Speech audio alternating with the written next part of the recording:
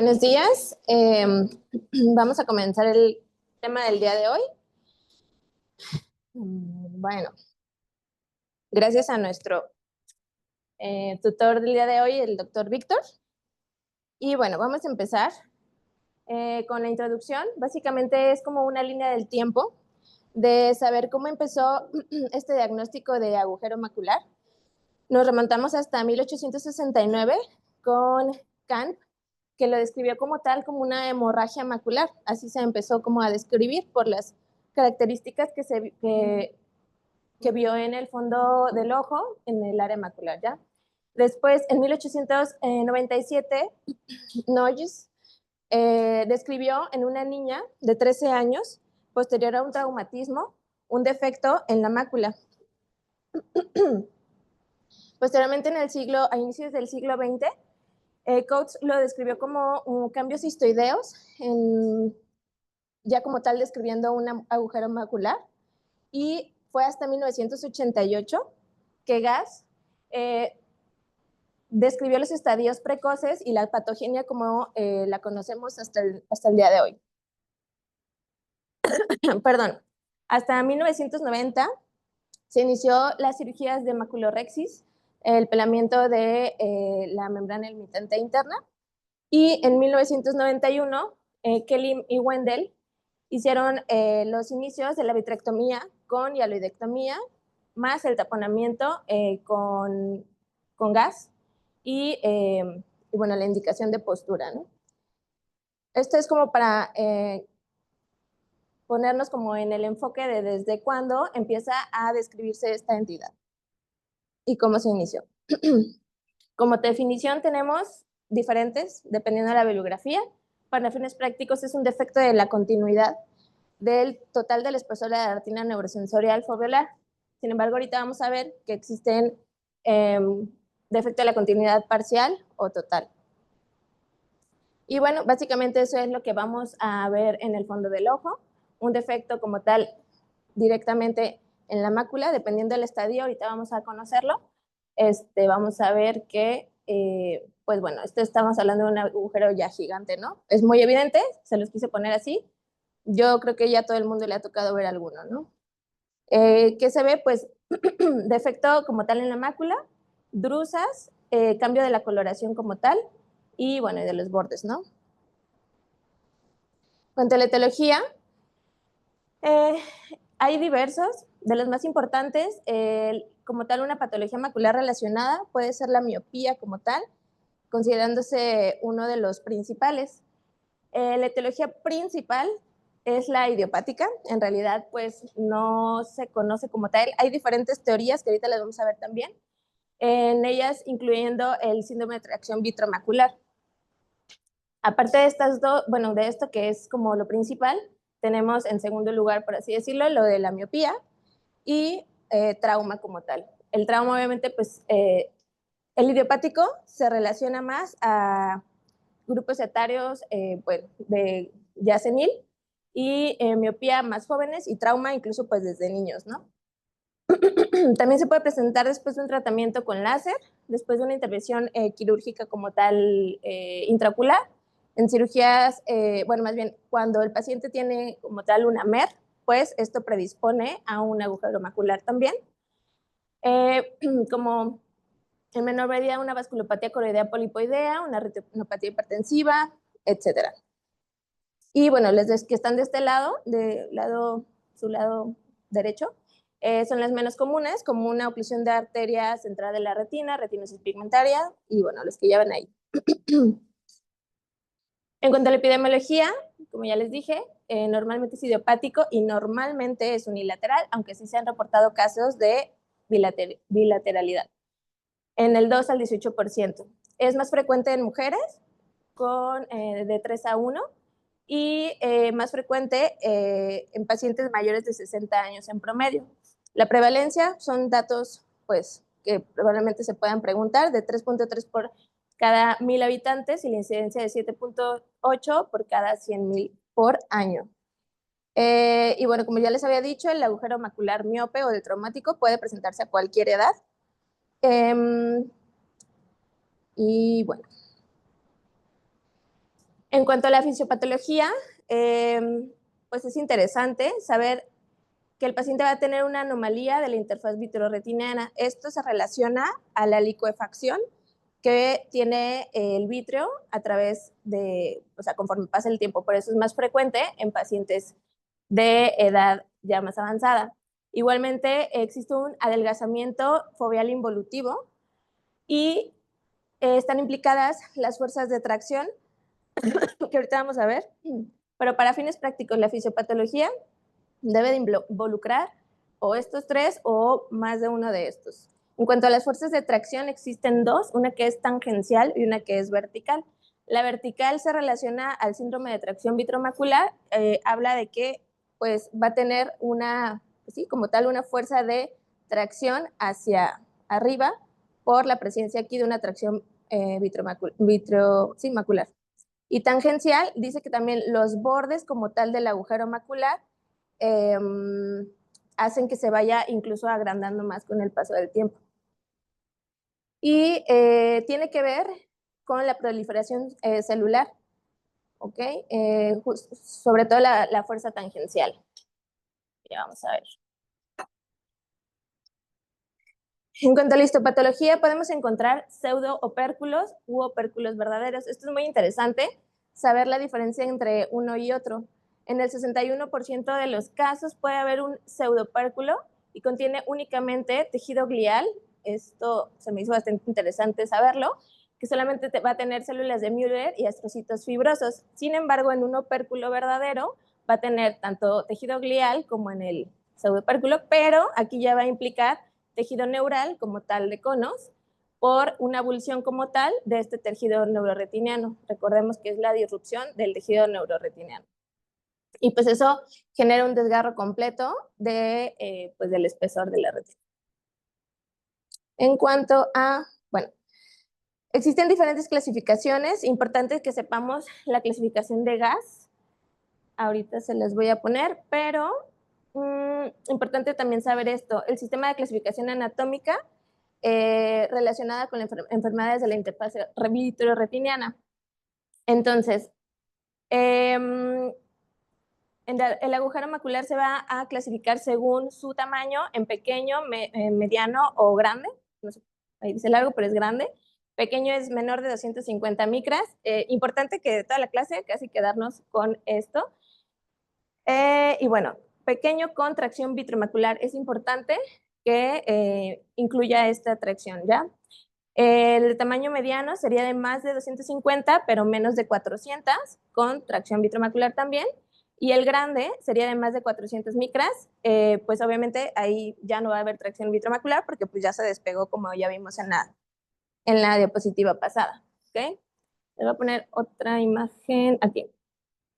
Entonces, importante también saber esta clasificación de la IBTS, también es preguntable. Es lo que les acabo de decir básicamente, y en esta tabla estamos correlacionando los estadios de gas con la clasificación de IBTS. Entonces, un estadio 0, pues idealmente, pues normal, ¿no? No va a tener nada. El estadio 1, vámonos de aquí a la imagen, de abajo para arriba, va a haber se le puede llamar también un agujero macular inminente, y aquí si se fijan, vamos a tener una tracción vitromacular. Pero sin embargo todavía no está como tal el agujero, es inminente. En el estadio 2 va a haber un agujero macular pequeño de espesor completo con todavía tracción vitromacular como lo vemos aquí. Aquí estamos viendo pues obviamente un OCT. Clínicamente vamos a ver, bueno, importante saber esto, cómo lo vamos a ver clínicamente, diferencia en la coloración de la mácula, presencia de drusas, incluso aquí ya se empieza a ver como tal, pues como un anillito, ¿ya? Pero pues todavía no se ve como tal un agujero.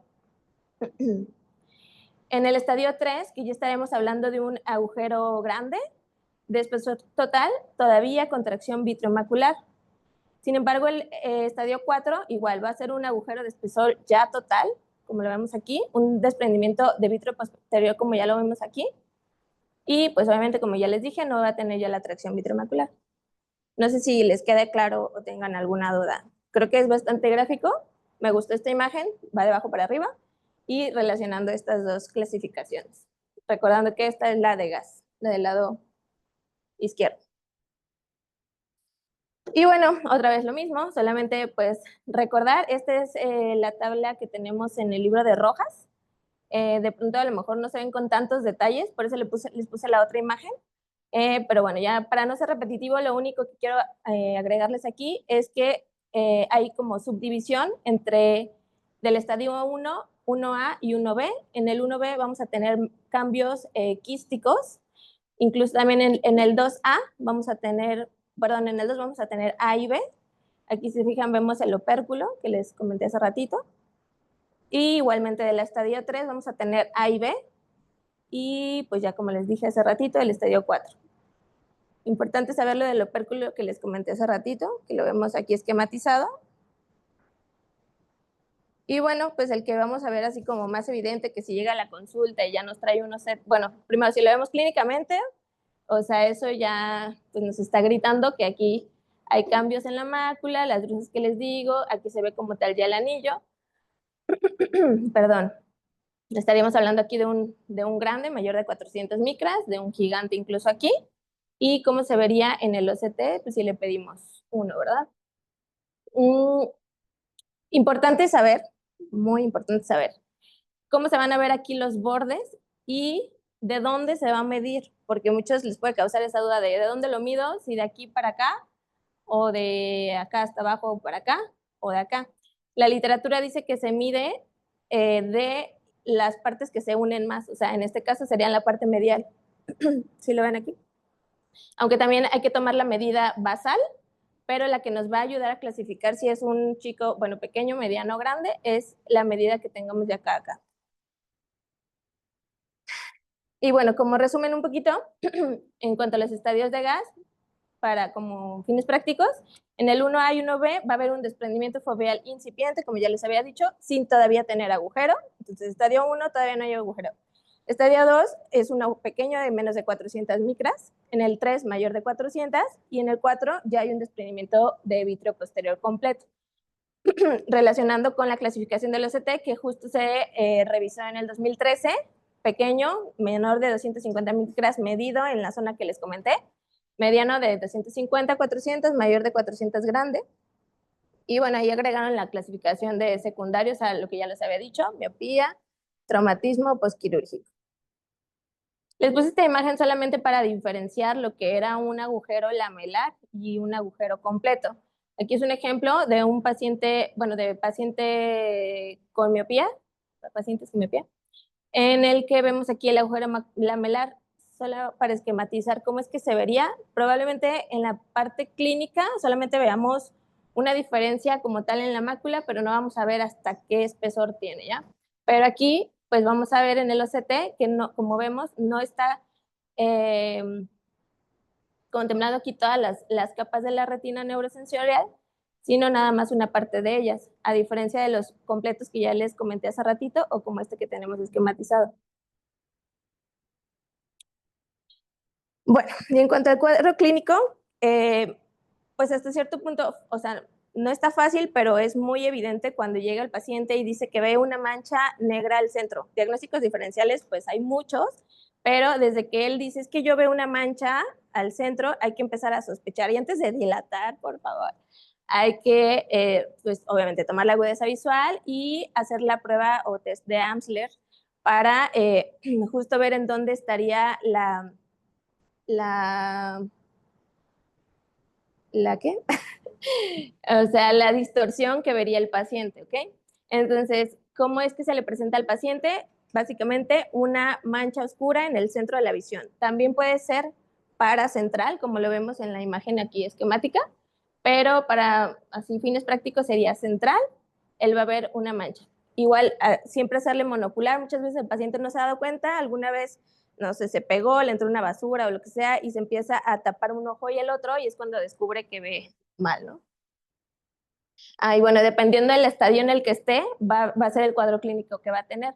Obviamente, entre más grande sea el agujero macular, es más evidente la mancha que va a haber, ¿no? Y bueno, en cuanto a la exploración, tenemos que tener especial atención en las características del vítreo en la zona prefoveolar, ¿ok? ¿A qué nos referimos con esto? Pues revisar bastante bien, hacer un barrido, hacer corte y ver que, o sea, tanto acercándonos como alejándonos para ver el vitrio posterior, el vitrio medio y el anterior, y para ver en que si hay alguna zona en la cual se vea alguna, pues, no sé, tracción o un tema de sinéresis, ¿no? La regularidad de la retina es la que hay que estar observando, como ya se los comenté hace ratito, la presencia de quistes, eso igual clínicamente sí se pueden ver, la forma del agujero, que sea regular, completo, incompleto. Los depósitos, ¿qué se va a ver? Se va a ver un depósito o atrofia del EPR, como tal se pueden ver drusas. Y bueno, como tal los bordes bien definidos se va a ver cuando el agujero mide más de 300 micras.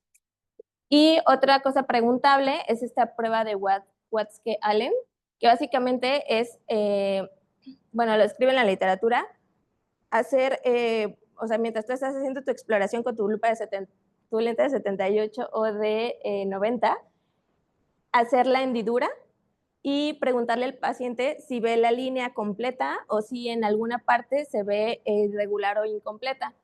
Lo normal es que el paciente vea esto o que incluso le vea como tal discontinua, o sea, totalmente un hoyo aquí, o solamente disminuida de grosor de esta parte del medio, ¿ok? Importante explicarle al paciente para que él nos pueda dar ese dato que es bastante importante. Y bueno, en cuanto al manejo, dependiendo del estadio va a ser el manejo. El estadio 1 tiene una probabilidad de resolución espontánea de un 50%. Entre el 2 y el 3 puede haber un cierre espontáneo del 4 al 11% de los casos. Sin embargo, ahorita vamos a ver los manejos. Encontré esto que está en la literatura como tal, la vitrolisis farmacológica. Comentaba que en pacientes fáquicos menores de 65 años, sin ninguna comorbilidad ocular, podrían ser candidatos a una vitrolisis farmacológica. Tenía que cumplir el criterio de que el grosor bueno, el diámetro más bien del agujero fuera de menos de 250 micras y que también tuviera las adherencias vitromaculares, que es lo que nos importa, ¿no? O sea, si está teniendo una tracción vitromacular, lo que queremos hacer es la vitrolisis para que no esté jalando. Y hablaba de la ocriplasmina en dosis, bueno, en esa dosis, sin embargo, bueno, que tiene una tasa de éxito de 40 a 67%.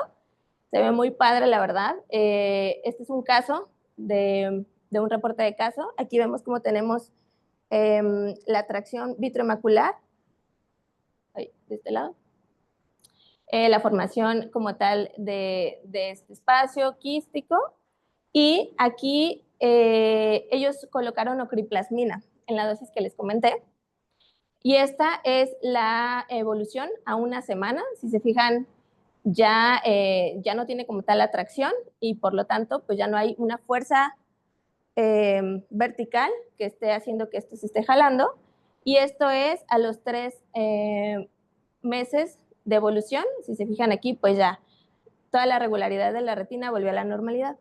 Se ve muy bonito, sin embargo no lo tenemos en México, solamente en Estados Unidos y en Europa. ¿Qué más les iba a decir de aquí? Nada más. Bueno, ahora sí, lo que sí se puede hacer aquí. Tenemos como tratamiento quirúrgico el peeling de la membrana limitante interna. Es una cirugía que tiene una curva de aprendizaje no tan corta. Bueno, primero que nada se hace una vitrectomía central y posterior se va a poner azul brillante, que es diferente a los azul de tripano. Importante saber, hay diferentes formas de teñir la limitante interna. Puede ser también con verde indocianina, sin embargo tiene un poco más de riesgo de toxicidad a la retina y por eso es que es más usado el azul brillante. Ahí vemos cómo hace el despegamiento de manera circular, siguiendo un sentido. Algunos, dependiendo del cirujano, les gusta empezar de zona nasal o al revés, ¿no? Al final de cuentas, voy a repetir un poquito, lo que se busca con esto es quitar la tracción que está generando aquí, perdón, esta zona de la limitante interna. Y bueno, aquí lo quitan como tal completo, o sea, es un peeling completo y se deja como tal así. ¿Qué se hace después? Lo que se hace es hacer un intercambio líquido-aire. Se puede quedar con aire o se puede quedar con gas, dependiendo el tamaño del agujero. Eso pues lo decide el cirujano. Y va a ser el intercambio líquido-aire. Y ya, creo. Y bueno, ese es el posoperatorio a los 21 días. No sé si recuerdan cómo se veía en un inicio, pero pues aquí evidentemente ya no se ve pues ni la tracción ni el agujero que se veía antes, ¿ya?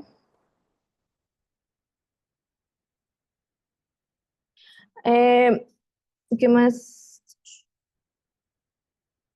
Bueno, importante saber el papel de las células de Müller y los fibroblastos, que básicamente esos son los que van a estar haciendo las fuerzas tangenciales. Y bueno, tenemos otra forma de abordaje quirúrgico, que sería el flap invertido. En este caso tenemos un agujero macular de un espesor total. ¿Qué hice? Voy.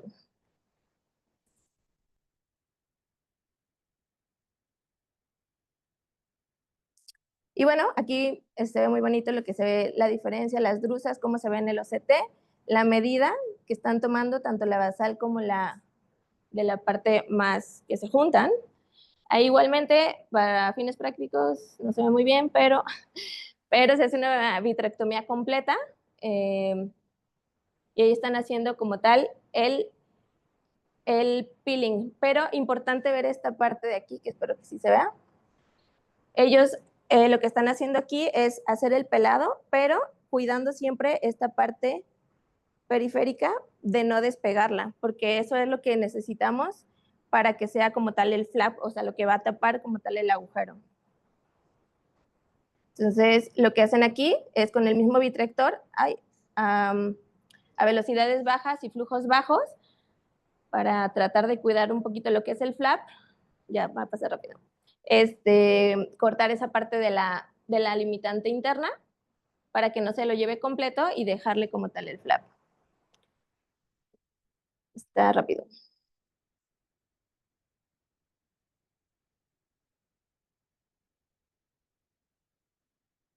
Bueno, y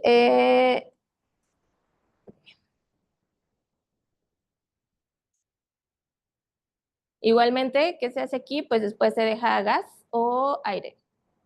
Esta es la evolución que tiene. Si se fijan, esta parte de aquí es lo que sería el flap, ¿no? Pues mejoría tanto anatómica como de la agudeza visual en estos casos que presentan en este video. Este es otro flap invertido, ya no lo voy a repetir, es lo mismo. Básicamente solo lo que quería que vieran es cómo es que cuidan bastante el área periférica del agujero. Ahí están haciendo con el vitrector el corte, pero dejando como un penachito, por así decirlo. Y el intercambio líquido-gas, digo líquido-aire, ajá. La mejoría anatómica. Bueno, voy a seguir.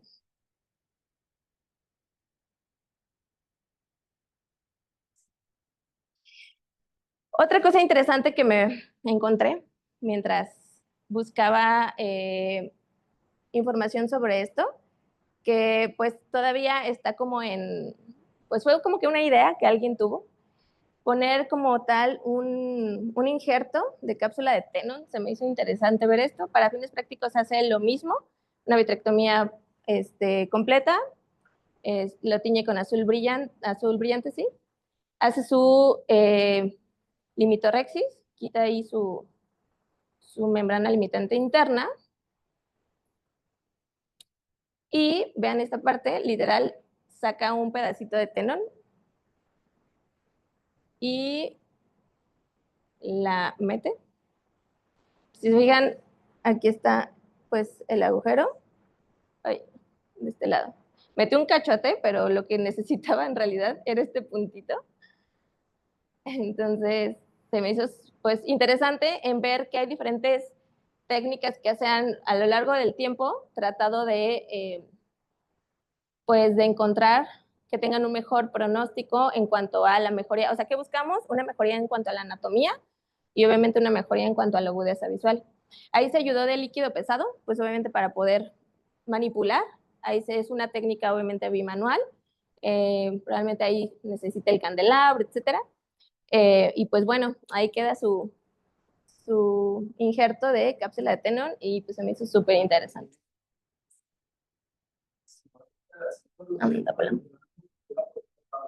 Uh-huh.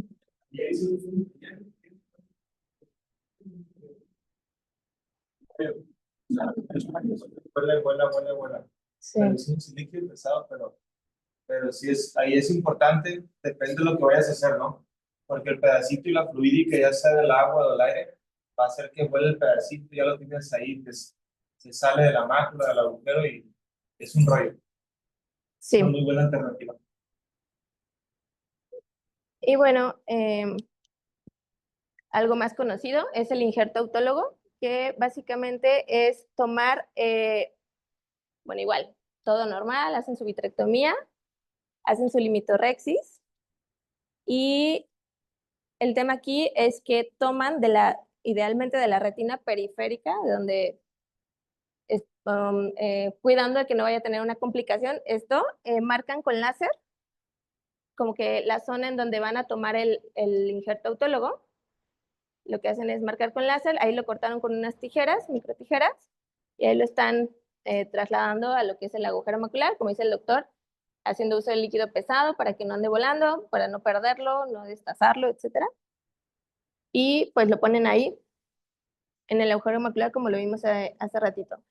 La desventaja de esta técnica, pues es que hace como tal un regma, como cualquier peligro que pueda tener hacer un regma en la retina, pues esa es la desventaja que puede tener. Lo que se busca es hacer un andamiaje, como en las otras técnicas. Y pues desventaja, igual, la curva de aprendizaje es larga y pues hay que saber cómo manejar el injerto. Otra de las técnicas que también es conocida es la membrana amniótica. Para fines prácticos, la técnica quirúrgica es la misma. La única diferencia es que pues no se toma ni un injerto, ni de tendón, ni de nada, más que ahí están tomando un pedacito de membrana amniótica y lo van a introducir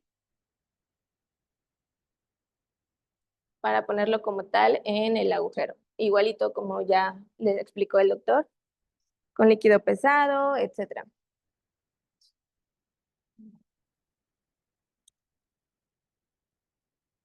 Y bueno, importante saber qué se va a utilizar de taponamiento, como ya lo vimos en clases anteriores.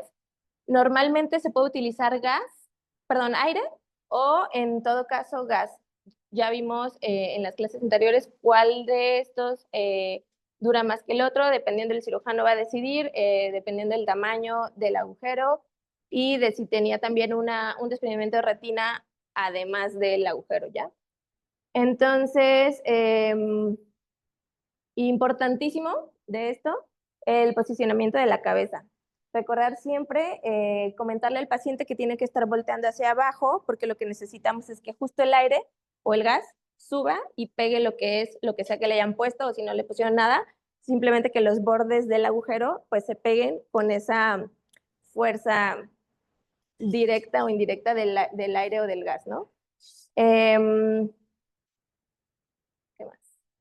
Y bueno, los diagnósticos diferenciales no se los voy a mencionar todos, solamente pues para que los conozcan. Cualquier defecto en la retina, en la mácula, que lo veamos clínicamente, pues nos puede dar sospecha de cualquiera de estas entidades, pero siempre dirigir el interrogatorio y las demás pruebas que ya hablamos. Y bueno, quise ponerles este caso que también me encontré.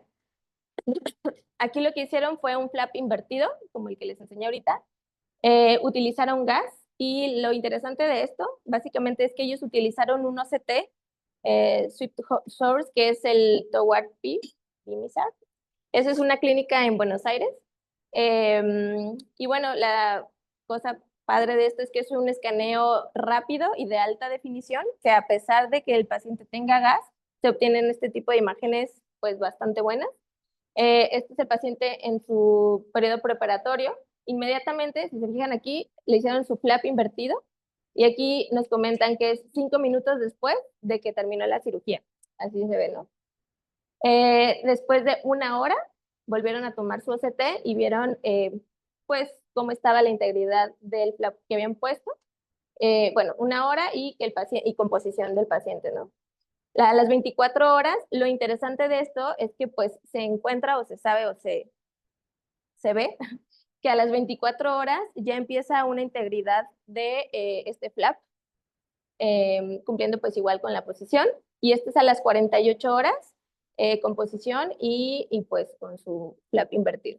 Se me hizo súper interesante, algo muy visual, entonces pues también para poder explicarle a los pacientes lo que podría esperar. Igualmente, el pronóstico es reservado en cuanto a la calidad visual, pero pues bueno, saber eso.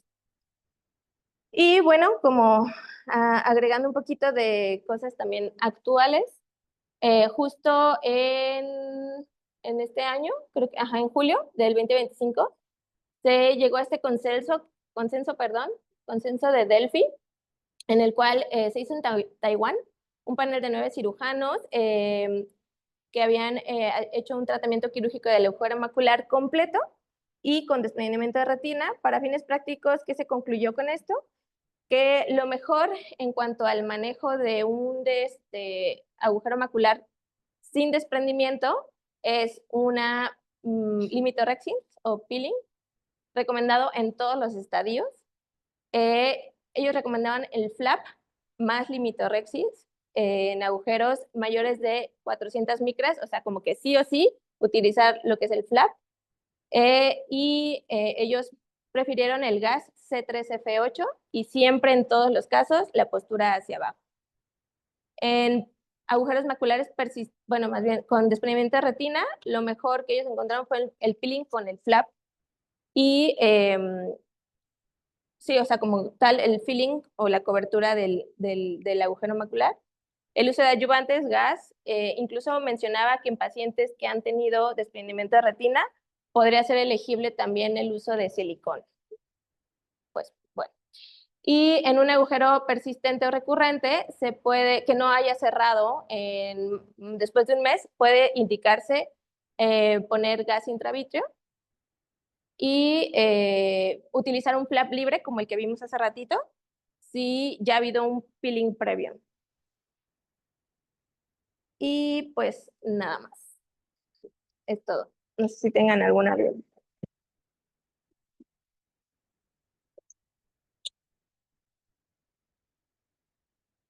¿Le gustaría preguntar?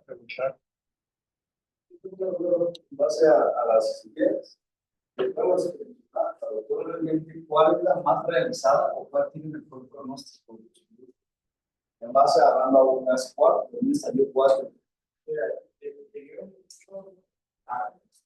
Para hacerse hablar sobre el pronóstico visual según el tipo de evolución del agujero o de la sintomatología.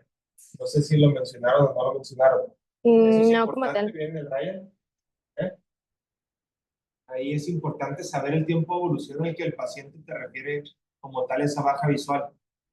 El libro, no recuerdo si nos habla dentro de los primeros 2 meses un buen pronóstico visual. Ahorita Víctor lo debe tener mucho más fresco que yo.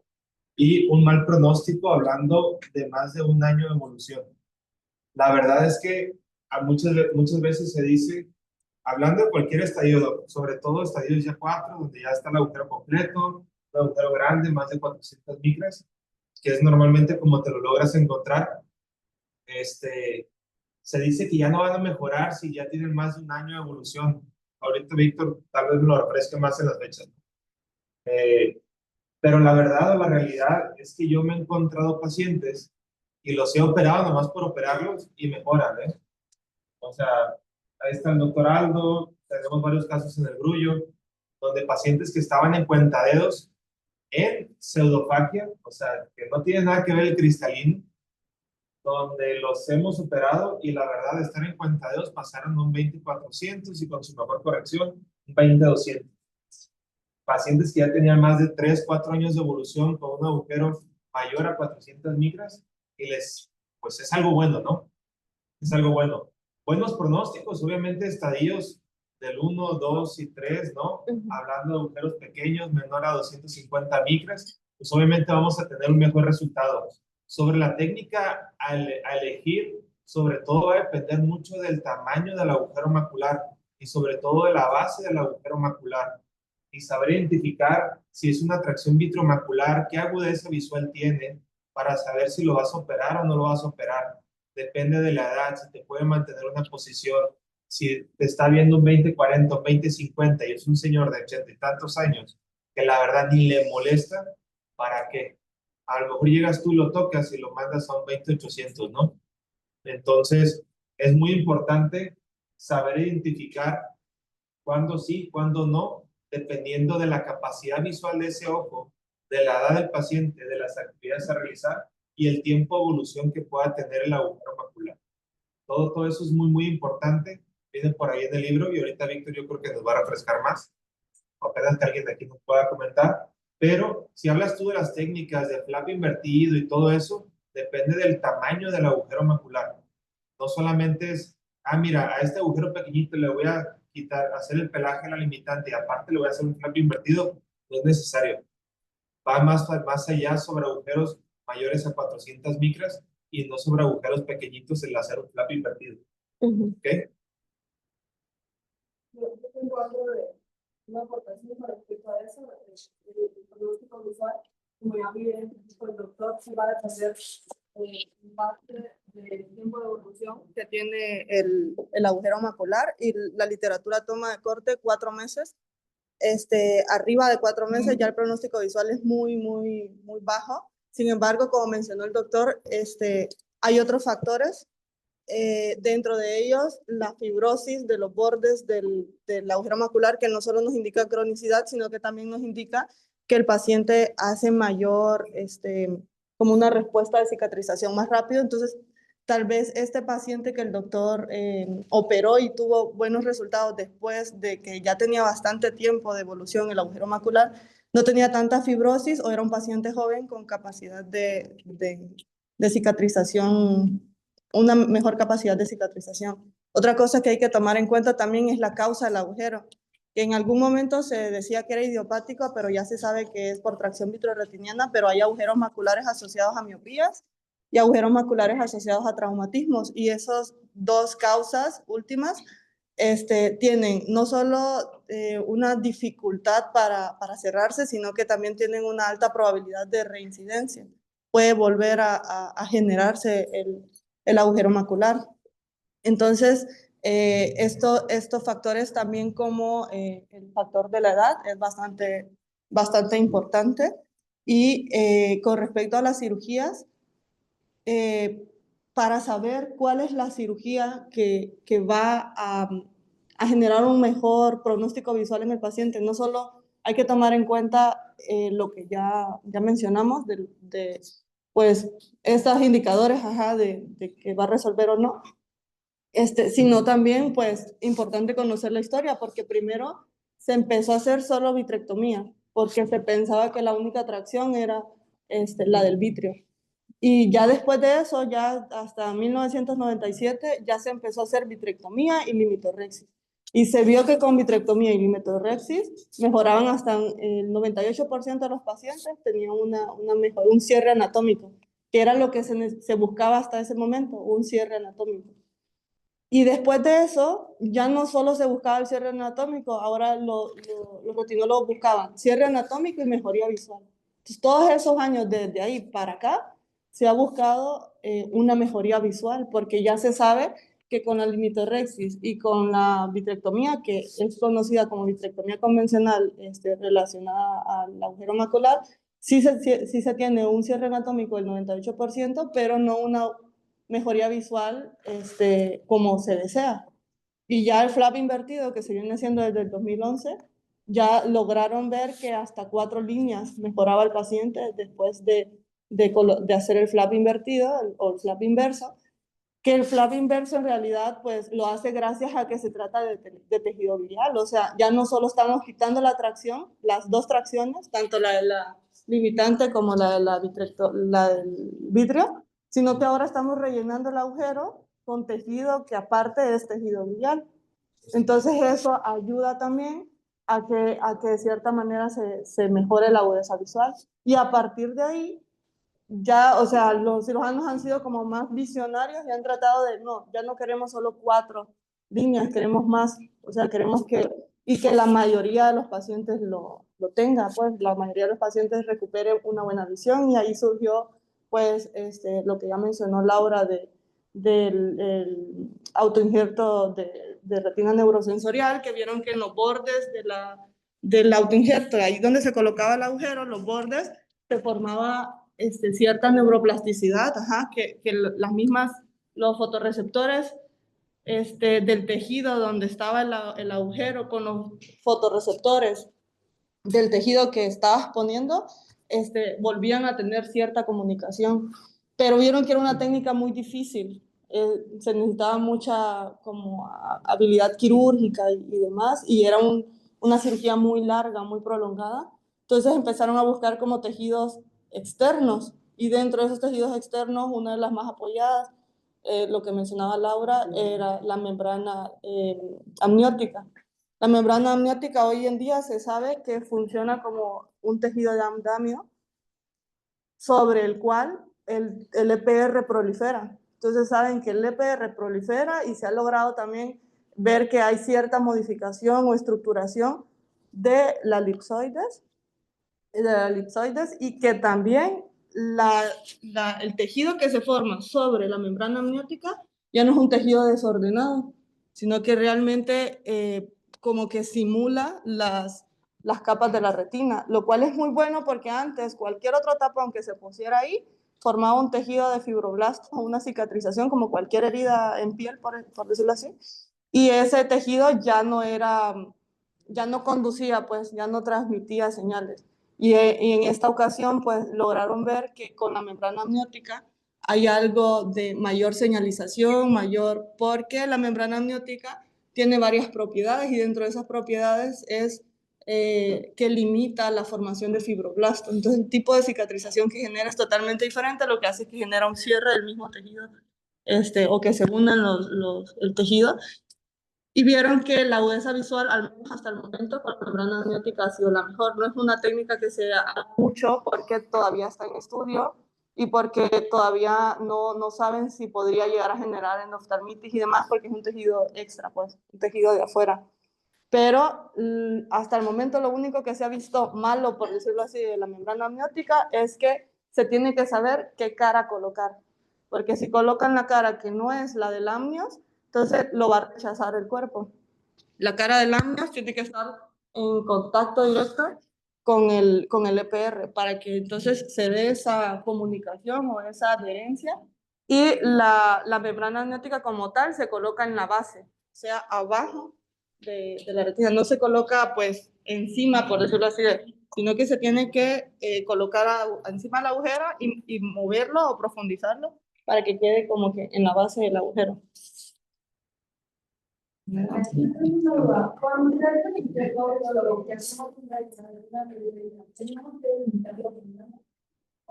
por qué sí. O sea, transquirúrgico se te puede desprender si la infusión está dirigida hacia allá o generas demasiada tracción sobre ese regma generado. Hay que darle láser, obviamente, para que genere una cicatriz coloretiniana y a futuro no se vaya a desprender.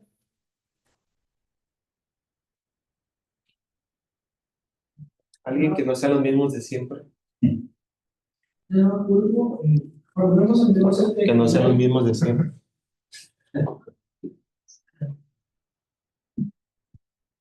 Pues nada más importante distinguir con el agujero lamelar. Estaba buscando como cómo distinguirlo cuando son agujeros incompletos o pseudoagujeros. Corríjanme si estoy mal, pero hablaba de que el espesor no se va a ver aumentado. Los quistes, porque al principio empiezan las formaciones de quiste, se va a hacer como forma de bigote, que era lo que la doctora Nina nos había enviado, y obviamente la retina neurosensorial va a seguir como adherida, se podría decir, sobre todo las capas más externas mencionadas. Entonces, pues a mí me parece algo muy importante que todos deberíamos de saber, al menos los que vamos iniciando, porque al principio puede ser un poco confuso cuando ves el lamelar y decir que es un agujero. Gracias. Gracias, profe.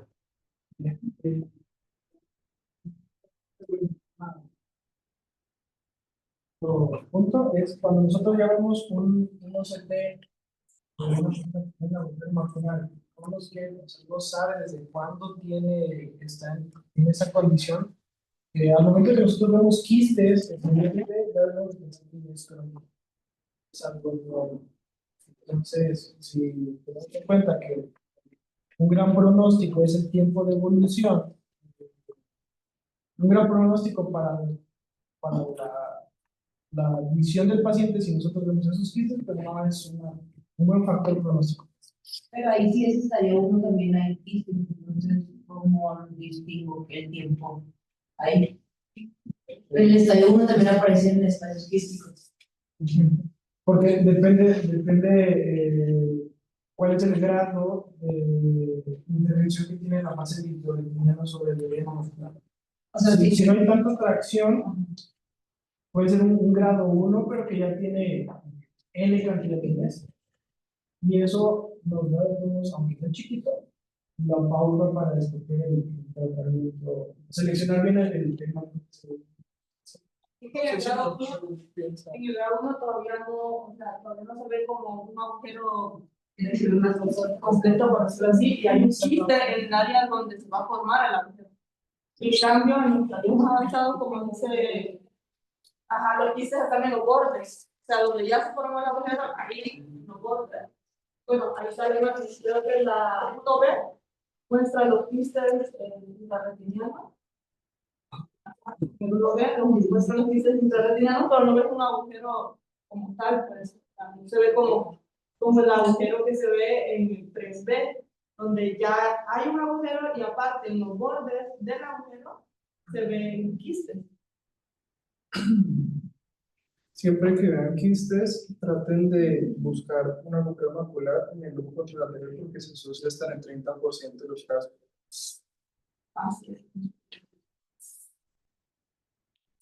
En el libro mencionaba que en el estadio 1 se optaba por que fuera nada más pues vigilar, observar a los pacientes nada más, porque muchas veces el 50% de ellos eran una resolución espontánea, o muchas veces se optaba que llegara al estadio 2 porque la vitrectomía era de un mejor evolución, en un 90% mejoraban los pacientes. Entonces mejor esperaban el estadio 2 para poder operarlos. Ahí solamente va a depender si hay una tracción vitreomacular, el hecho de la pura vitrectomía. Si no hay tracción vitreomacular, no tiene ningún sentido solamente hacer la vitrectomía al paciente. También que durante la exploración clínica, como comentó la doctora Laura, la prueba de Watkins-Galley pues, va a ser bastante útil. Ahí si identificamos una lesión sospechosa ponemos un haz de luz muy delgado de manera vertical, lo vamos a cruzar, primero vertical y luego horizontal, pero lo vamos a ir cruzando y le vamos a preguntar al paciente si ve la luz, si ve la luz, si ve la luz, y si en algún momento la interrumpe, pues vamos a tener un primer signo, ¿no? Entonces vamos a vertical y lo mismo, si hay algún momento en el que él pierde la percepción de la luz o ve la línea interrumpida o de alguna manera deformada, pues va a ser un Watkins-Galley positivo.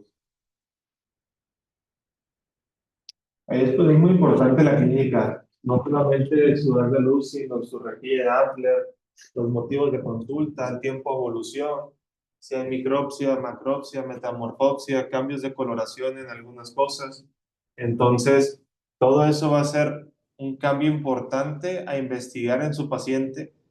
Pídanle OCT a todos sus pacientes, tengan un antecedente de ese paciente, aunque sea solamente para el paciente el OCT, porque uno lo está viendo y ya se puede dar una idea de qué grosor puede llegar a tener ese agujero macular y qué es lo que vamos a hacer para efectos legales. Hay que pedirles un OCT a los pacientes, hay que comentarle que en el 6-7% de los casos no se llega a cerrar el agujero y hay que hacer una segunda intervención con algún otro método, ¿no? Como los cuales ya mencionó la doctora Laura. ¿Se puede reabrir el agujero? Se puede reabrir. Se dice que las membranas epirretinianas no crecen donde no hay membrana limitante interna. La realidad es que sí llegan a crecer en algunos casos y la membrana epirretiniana puede ocasionar una reapertura de un agujero macular, una apertura de un agujero macular, una ectopia de la misma de la fobia. Es muy común en pacientes posoperados de retina con silicón. Es muy común que haya una membrana epirretiniana y el cual genera una tracción y se encuentra la fobia en vez de su posición natural a un diámetro de disco donde debería estar normalmente, ¿no? Y es ahí donde hay una membrana que está traccionando fuertemente y generando un agujero macular. Bueno, la verdad es que es un tema muy interesante porque abarca las dos cosas, tanto la parte clínica como la parte quirúrgica. La parte clínica, pues desde el momento que llega hasta que la parte quirúrgica, donde ustedes pues ya están operando. Es un tema para debatir mucho, como podrán ver incluso aquí en las par de preguntas que se han realizado, unos que sí, que no, que el quiste, que esto, que el tiempo y todo. Entonces, sí se da mucho debatir esto y se da para una clase de 2, 3, 4 días solo con los métodos quirúrgicos y los abordajes quirúrgicos que vamos a realizar con esto. Un par de preguntas antes de seguir con lo de las aportaciones. Quisiera saber si alguien sabe a partir de cuánto es una miopía patológica para esto. Bien, muy bien. ¿Qué función o qué papel tiene el síndrome de tracción vitreomacular en estas enfermedades? Pues es una tracción posterior y tangencial. Ok.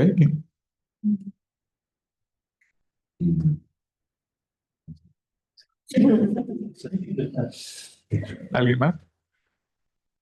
En el caso de la miopía, No, del síndrome de tracción vitreomacular. Bueno, si lo quieres, ponerlo más complejo. que hay un adelgazamiento de las capas de la retina y si tenemos este síndrome de tracción, pues va a ser más susceptible a poderse fracturar. ¿Alguien más que quiera aportar de eso?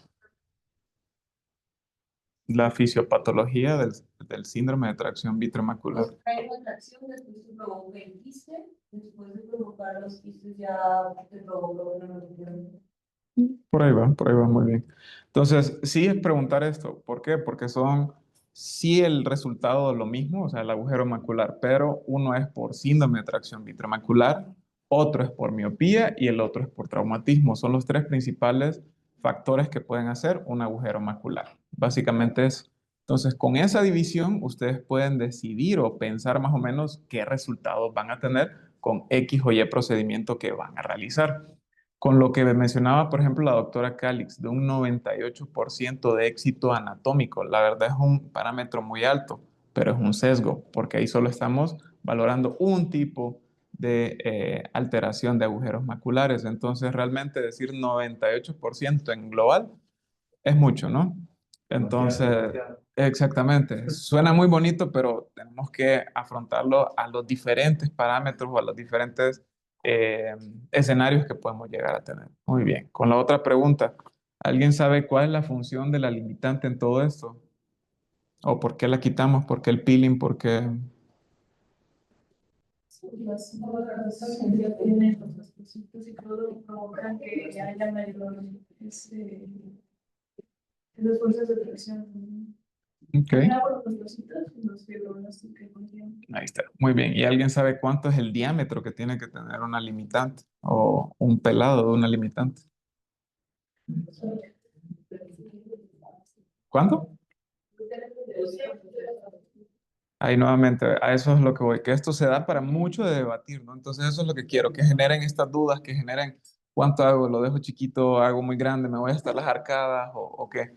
Entonces depende, otra vez, aquí no hay respuestas malas, pero sí malos abordajes. Entonces, sí tenemos que saber cuál es el diámetro y en base al diámetro, qué tan grande tiene que ser nuestro pelado.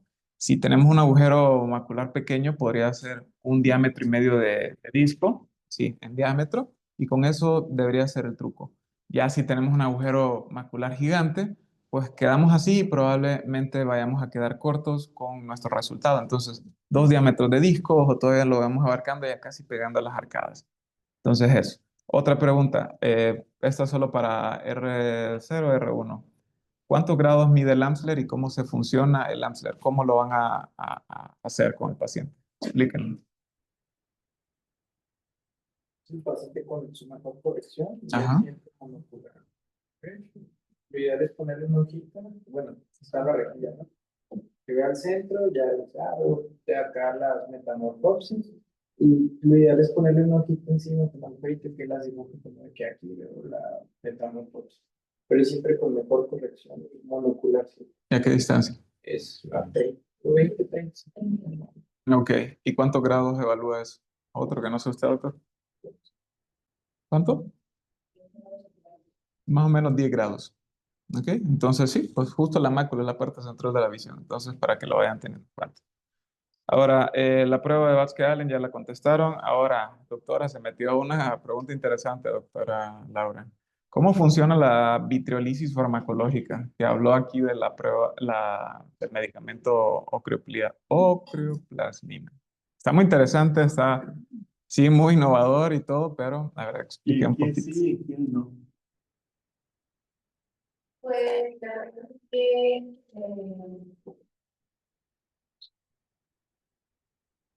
Porque incluso habló al final de un consenso que está muy bueno, eso estuvo muy de medicina interna, salió hace poquito, la felicito por eso, pero incluso en ese mismo consenso hablan de esto. como tal, o sea, cómo funciona la ciclosina, o sea, Ok. porque la verdad es que sí lo leí, pero dije, bueno, Sí. Sí. Las fibrinas rompen los enlaces de fibrina, de la matriz proteica, y hace que los lugares de adherencia que se pierdan esta adherencia. ¿Sí? Se tiene que tener mucho cuidado en pacientes, por ejemplo, que tienen predisposición a desprendimiento de retina, porque pues también la retina necesita estos materiales de adherencia para mantenerse adherida al dedo. Pero, por ejemplo, en situaciones de tracción vitromacular o de proliferación proliferación intrarretinal, es un medicamento que está estudiado que funciona. Pues sí, está muy interesante, por eso les mencionaba esto y cuando hablaban de la parte farmacológica, dije, wow, interesante. Sí, incluso en el mismo consenso, que ya es como un segundo round, por así decirlo, porque ya se había hecho anteriormente, de pues qué hacer con todo esto. Siempre andamos buscando la comparativa, si mejor membrana, que si mejor un pelado, que si de cuántos diámetros, siempre queremos buscar más y mejores resultados. Entonces en este, pues vieron que no tiene tanta función, lo que hace pues sí es una pérdida de pues como una adherencia del vitrio. ¿Y qué va a generar eso? Que el síndrome de vitrio, tracción macular, pues deje de hacer su función y pues mejore. Imagínense que el vitrio está traccionando hacia arriba y pues esto está generando esta tracción y el agujero macular. Quitan esa tracción, esto cae y pues tiene tendencia a hacer un cierre anatómico.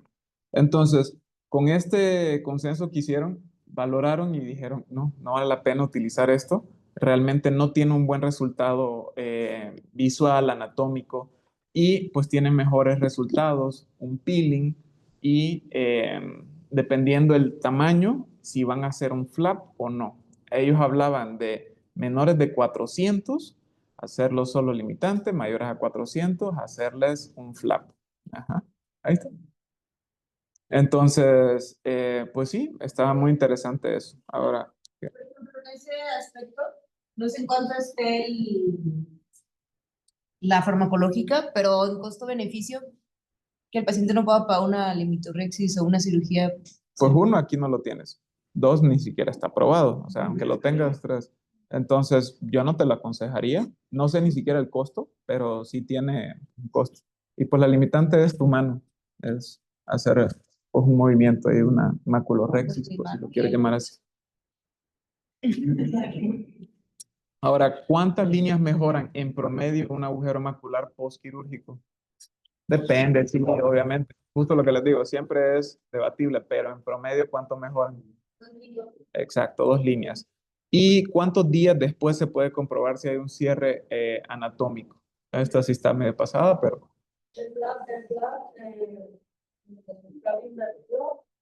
en un mes ya el cierre, pero por ejemplo con la membrana amniótica él dice la literatura que de 3 a 7 días, si les permite la visualización a través del gas, ustedes pueden ver. Y lo otro interesante acá es, ustedes ya están en un lugar muy bien y todo, y tienen acceso a OCTs transoperatorios, ustedes pueden hacer después de que hagan todo, ya terminaron, hacer un OCT transquirúrgico y ver cómo está su resultado, para ver si abarcó todo su flap o si abarcó o si todavía hay alguna tracción en algún grado de, pues, de todo su agujero. Si todavía dejaron algo que está traccionando, por mucho que les pongan el flap invertido, el flap va a quedar aquí, pero esa tracción la va a tener así, entonces no va a ser un buen cierre. Entonces, en un lugar donde ustedes tengan acceso a eso, pues diviértanse y jueguen con él, ¿no? Y lo otro que habla el consenso es el gas. ¿Qué gas le dejarían a ese paciente? ¿Por qué sí? ¿Por qué?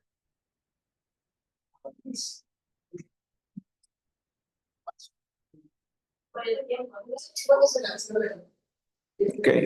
¿Qué diferencia hay entre un gas y otro, o sea, el C3F8 y el F6?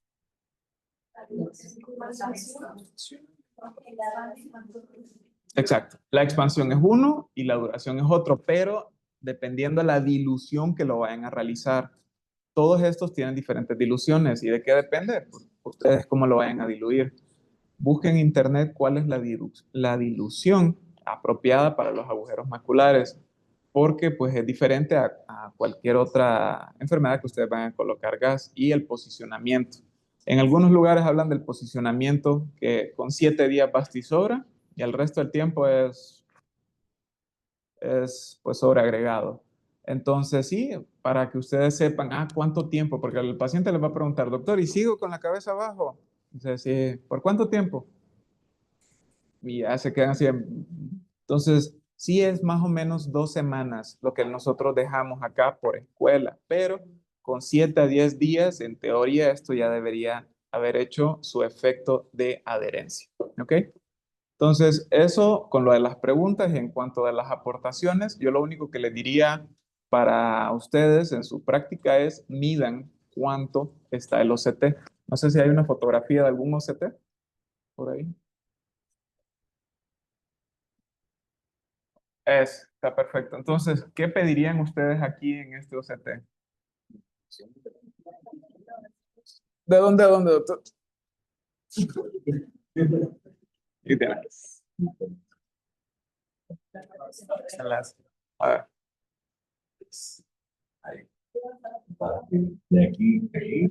1, 2, 3. Ok. ¿Alguien más diría alguna otra medición?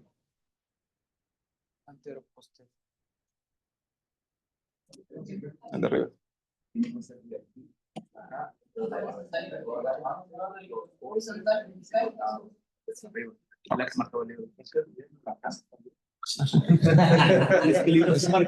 Sí, realmente, pues el doctor sí tiene su fundamento. Hay diferentes marcajes que ustedes pueden realizar. ¿Cuál es el más importante? El de la base y en la parte externa, ¿ok? La parte más amplia de esos dos. Eso es lo que les va a decir a ustedes su técnica quirúrgica. Pero sí están todos estos marcajes en la base, en la parte más cercana, en la parte más externa, cuánto miden los brazos y si hay incluso alguna tracción de este otro lado que pues pueden ir haciendo esos marcajes. ¿Cómo? Ustedes lo pueden hacer en el OCT. Váyanse a la función y pues pongan cuánto mide de aquí a aquí. Y lo otro es traten de utilizar o asociar más esto en las escalas de colores, en las escalas de grises, perdón. ¿Por qué? A veces nos da un poquito más de información una escala de grises que estas. A veces con la misma intensidad de colores se va perdiendo, pues cómo se encuentra una capa versus la otra. Entonces, busquen más las escalas de grises, les van a ayudar más y es más fácil de comprenderla y entenderla. Con la parte de los OCT siempre hay que pedir un antes y un después para ver el